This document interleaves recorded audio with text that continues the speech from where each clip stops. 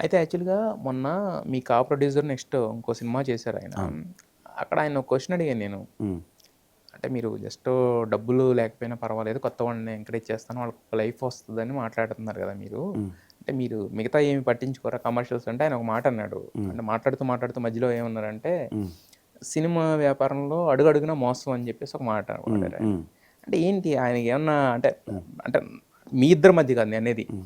ఏమన్నా డిస్ట్రిబ్యూషన్‌లో గాని, వాటిలో గాని ఏమన్నా ఇబ్బందులొచ్చినియా? లేకపోతే హ్మ్. ఎందుకు ఆ మాట వాడారాయన? నాకర్థం అలా కాలా. అలా ఏముండదన్న. అంటే ఇప్పుడు హ్మ్. మనము సినిమా చేసే ప్రాసెస్‌లో ఖచ్చితంగా ఏమైంది అనంటే, ఆ సినిమాకి బడ్జెట్ కొంచెం ఎక్కువైంది. హ్మ్. అనుకున్న దానికన్నా బడ్జెట్ ఎక్కువైంది. హ్మ్. హ్మ్. బట్ విత్ రెస్పెక్ట్ గోపాలకృష్ణ గారు జెన్యూన్‌గా I always have a huge respect about him. హ్మ్. ఎందుకంటే ఆయన కిరణ్ నీ మీద ఇంత పెట్టి సినిమా తీస్తానమ్మా అన్నాడు. ఏ రోజు ఆయన వెనకాడలేదు. వెనకాడలేదు. హ్మ్. వెనకాడలేదు. ఆయన అడిగిందంతా పెట్టాడు.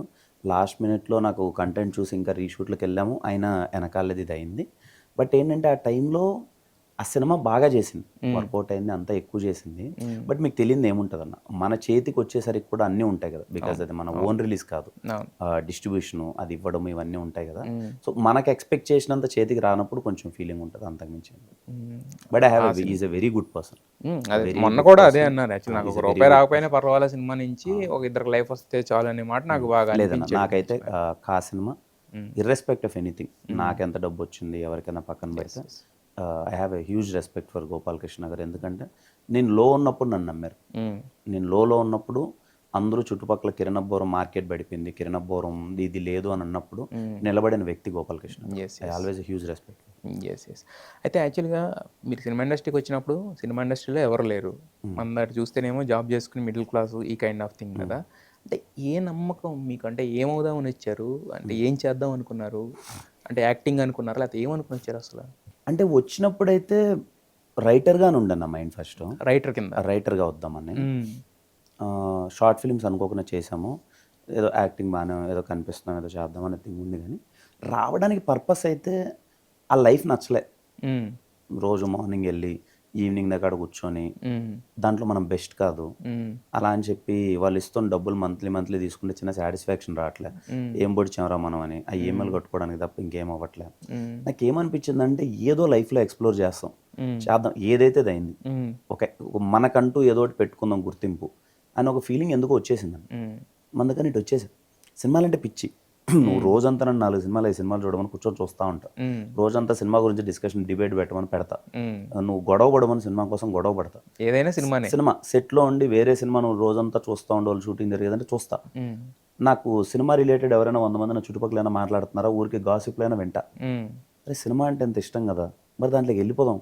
హ్మ్. ఏమైతది మహా అయితే అనే ఒక ఫీలింగ్‌తో, ఒక మొండితనంతో వచ్చేసా. హ్మ్. హ్మ్.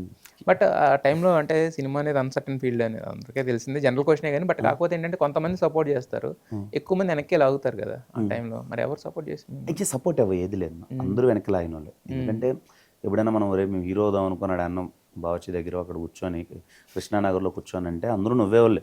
బికాజ్ ఎందుకంటే ఆబ్వియస్‌గా ఆబ్వియస్లీ బికాజ్ హ్మ్. ఎవరు ఏమి ఇక్కడేం హ్మ్. కాదు గానీ, హ్మ్. నేను చేసిన ఒక గుడ్ థింగ్ ఏంటి అంటే, హ్మ్. ఎవరి సలహా తీసుకోలా, ఎవరిని ఆపర్చునిటీ అడగలే. హ్మ్. అది నా గుడ్ థింగ్ అని నేను ఫీల్ అవుతా. హ్మ్. వచ్చినప్పుడే నేను మైండ్ సెట్ ప్రిపేర్డ్. ఇక్కడ ఓకే. మనకి ఎవరేమి చేయరు. హ్మ్. మనమే ఏదో ఒక చేసుకోవాలి. హ్మ్. Short films okay. ఆ టైంలో 20,000, 30,000 డబ్బులు మనం అరేంజ్ చేసుకోగలం. షార్ట్ ఫిల్మ్స్ చేసుకున్నా. హ్మ్. చిన్న రికగ్నిషన్ వచ్చింది. హ్మ్. ఆ షార్ట్ ఫిల్మ్స్‌ని చూసి ఒక వ్యక్తి వచ్చాడు మనోవికాస్ అనే అతను. "అన్న హ్మ్. బాధేస్తున్నావు అన్న నేను డబ్బులు పెడతాను" అని. హ్మ్. ఆ మనోవికాస్ పెట్టిన డబ్బులతో 'రాజావారు రాణి' గారు స్మాల్ బడ్జెట్‌తో చేశాము. హ్మ్. అలా మన దగ్గర వచ్చిన ఆపర్చునిటీని యుటిలైజ్ చేసుకున్నాం. హ్మ్. దానివల్ల 'రాజావారు రాణి' గారు ఇట్ హ్యాపెండ్. మంచి రిలీజ్ అయింది. అందరికి మంచి పేరొచ్చింది. పెద్ద హ్మ్. హిట్ అయింది అంతా. హ్మ్. తర్వాత ఎస్ఆర్ కళ్యాణ మండపం. హ్మ్. ఇది కాదు కదా మనము ఓకే. సినిమా హిట్ అయింది. మొత్తం అయింది. యాస్ ఎ హీరోగా మనం జనాలకి ఇంకా ఎళ్ళడానికి, హ్మ్. ఒక మాసెస్‌లోకి ఎళ్ళడానికి ఏం చేయాలి? హ్మ్. అనంటే అప్పుడు నాకున్న టేస్ట్ కొద్దీ ఎస్ఆర్ కళ్యాణ మండపం రాశాను. హ్మ్. అలా అలా ఇండస్ట్రీలోకొచ్చాను. హ్మ్. అంటే కొంచెం వెల్ సెటిల్డ్ ఫ్యామిలీనా? అంటే డబ్బు బేసిక్‌గా ఏంటంటే మనం సంపాదించకపోతే గడవదు కదా! అవును. అంటే ఇక్కడికొచ్చిన హ్మ్. తర్వాతైనా మీరు డైరెక్ట్ షార్ట్ ఫిల్మ్స్ చేస్తున్నారు. అంతా వర్కింగ్ హ్మ్. అంటే మనకి రిటర్న్ వచ్చే వర్కింగ్ కాదు కదా! హ్మ్. ఎక్స్‌పెన్సెసే పెట్టారు కదా! వచ్చిన తర్వాత కూడా మీరు. అవునన్నా. హ్మ్. అంటే అన్న జాబ్ చేస్తుండే అప్పటికి. హ్మ్. అన్న ఒకవేళ నేను మనీ ఇవ్వకపోయినా ఇల్లు గడిచే పరిస్థితే. హ్మ్. ఏం నేను ఇవ్వకపోతే ఇంట్లో ఏం పరిస్థితి బ్యాడ్ అనేదేం లే. అమ్మ, ఆ! నాన్న ఊర్లో ఉండేవాళ్ళు. హ్మ్. వాళ్ళు వ్యవసాయం చేసుకుంటూ ఉండేవాళ్ళు.